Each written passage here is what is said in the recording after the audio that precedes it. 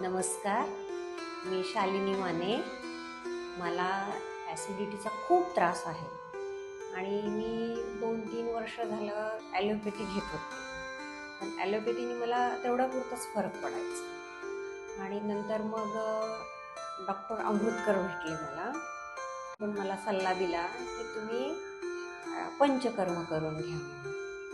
मग मी अमृतकर मॅडमला म्हणलं की मला पंचकर्म करायचं आहे. मग त्या म्हणाल्या ठीक आहे.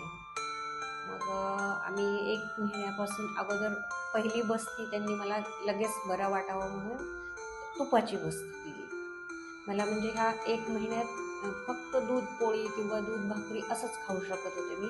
काही साधं गोड जरी खाल्लं किंवा फ्रूट जरी खाल्लं तर लगेच छाती गळ्यापर्यंत आग व्हायची. मला पोटामध्ये पण खूप जळजळ व्हायचं. मग पहिल्या बस्तीमध्ये मला थोडंसं बरं वाटलं. मग मॅडम मला म्हणाल्या की आपण आता पंचकर्म सुरू करूया. मग पंचकर्म सुरू केलं आणि पहिले त्यांनी मला तेल मसाज, ते वाफ देण्याचं ते सुरू केलं. मग त्याच्यानंतर की मला शिरोधारा पण करायचा आहे.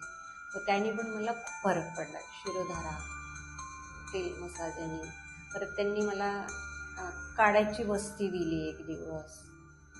परत त्यांच्या सगळ्या गोळ्या वगैरे पण सुरू आहेत 1 महिन्यापासून. तेव्हापासून मला 60 ते 70% फरक पडला. मला म्हणजे ॲसिडिटीचा खूप त्रास होता. त्याच्यामुळे मला आता इतकं छान वाटतंय, म्हणजे फ्रेश वाटलं मला. एकही दिवस की ते हे चालू असताना बस्ती किंवा ट्रीटमेंट चालू असताना कुठलाही असा त्रास झाला नाही किंवा असं गळाल्यासारखं वाटलं नाही, कुठलाही त्रास झाला नाही.